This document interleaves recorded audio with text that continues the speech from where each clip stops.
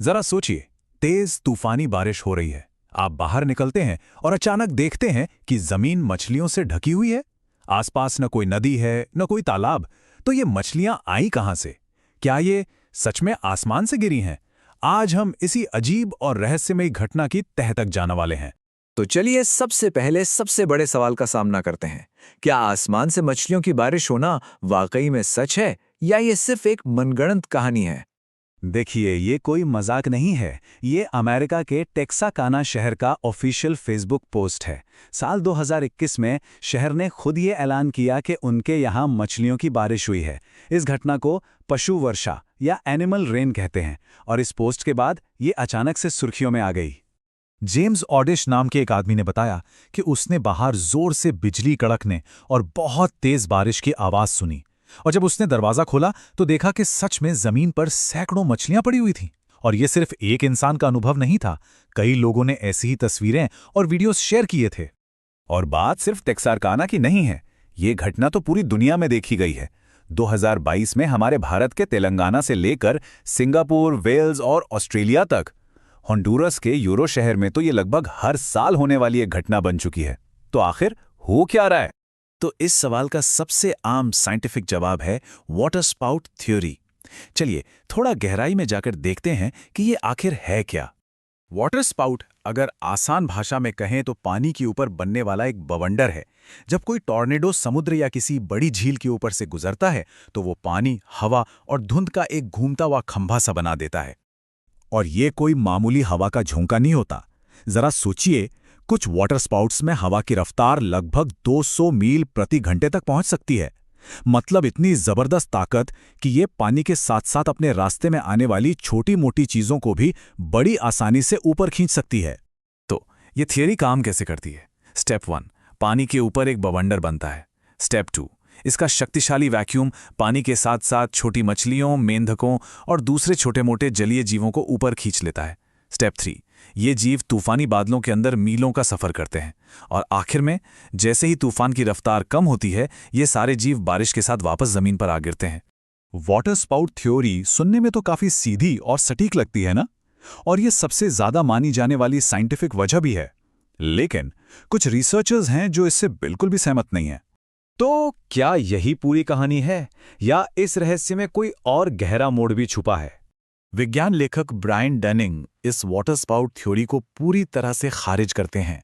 उनका साफ साफ कहना है, मछलियां आसमान से नहीं गिरती और वाटर स्पाउट में किसी भी चीज को उठाने की क्षमता नहीं होती। डनिंग का तर्क है कि वाटर स्पाउट की हवाएं घूमती तो बहुत तेजी से हैं, लेकिन उनमें इतनी ऊपर उठने वाली ताकत नहीं होती कि वो मछलियों के झुंड जैसी भारी चीज को खींचकर बादलों तक ले जा सके। तो अब हमारे पास दो बिल्कुल अलग अलग सिद्धांत हैं। एक तरफ वाटर स्पाउट थियरी और दूसरी तरफ कुछ एक्सपर्ट्स का मानना है कि ये मामला आसमान का है ही नहीं बल्कि जमीन का है। देखिए, दुनिया में वॉकिंग कैटफिश और क्लाइंबिंग पर्च जैसी कुछ खास प्रजातियां हैं जो पानी के बिना भी कुछ देर जिंदा रह सकती हैं और अपने पंखों की मदद से जमीन पर चल सकती हैं। तो थ्योरी ये है कि भारी बारिश के दौरान ये मछलियां अपने सूखते तालाबों से निकलकर बेहतर जगह की तलाश में एक जगह से दूसरी जगह जाती हैं, और फिर तूफान के बाद जब लोग इन्हें सड़कों या खेतों में देखते हैं तो उन्हें लगता है कि ये आसमान से गिरी हैं। इस रहस्य को और भी गहरा बनाने के लिए चलिए होंडुरास के यूरो शहर चलते हैं, एक ऐसी जगह जहां इस घटना को एक चमत्कार माना जाता है। यूमेरो की कहानी इस पहेली को और ज्यादा उलझा देती है। सोचिए, ये शहर समंदर से 200 किलोमीटर दूर है, फिर भी यहां लगभग हर साल मई और जून के महीने में मछलियों की बारिश होती है। ये कैसे मुमकिन हो सकता है? वहां के स्थानीय लोगों का मानना है कि ये एक दैवीय आशीर्वाद है। कहानी कुछ ऐसी है कि 1800 के दशक में फादर जोज मैनुअल सुबिराना नाम के एक स्पैनिश पादरी ने गरीबों के लिए खाने की प्रार्थना की। उन्होंने 3 दिन और 3 रात तक प्रार्थना की और इसके ठीक बाद शहर में पहली बार मछलियों की बारिश हुई। आज भी शहर के लोग इस घटना का जश्न लुविया दे पेसेस नाम का त्योहार मनाकर करते हैं। अब यूरो के इस चमत्कार के लिए विज्ञान के पास 2 मुख्य थ्योरीज हैं। पहली तो वही वाटर स्पाउट वाली थ्योरी है, लेकिन बहुत से लोग इस पर सवाल उठाते हैं कि क्या कोई बवंडर मछलियों को 200 किलोमीटर दूर तक उड़ाकर ला सकता है। दूसरी थ्योरी थोड़ी ज्यादा दिलचस्प है। इसके मुताबिक यूरो शहर जमीन के नीचे मौजूद नदियों और गुफाओं के एक नेटवर्क के ऊपर बसा है, और जब बहुत भारी बारिश होती है तो ये गुफाएं पानी से लबालब भर जाती हैं और मछलियों को जबरदस्ती जमीन की सतह पर धकेल देती हैं। तो हमने कई घटनाओं और अलग-अलग सिद्धांतों को देखा, लेकिन क्या हम सच में जानते हैं कि जानवरों की बारिश क्यों होती है? ऐसा लगता है कि ये रहस्य अब भी अनसुलझा है। तो चलिए अब तक की सभी संभावित वजहों को एक साथ रख के देखते हैं। पहली और सबसे मशहूर थ्योरी वाटर स्पाउट्स, जो पानी के जीवों को तूफानी बादलों में ऊपर खींच लेते हैं।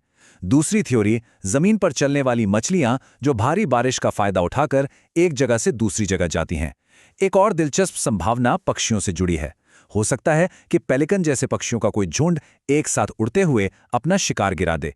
ये थ्योरी इसलिए भी ध्यान खींचती है क्योंकि टेक्सारकाना में मिली कुछ मछलियां थोड़ी चबाई हुई सी लग रही थीं।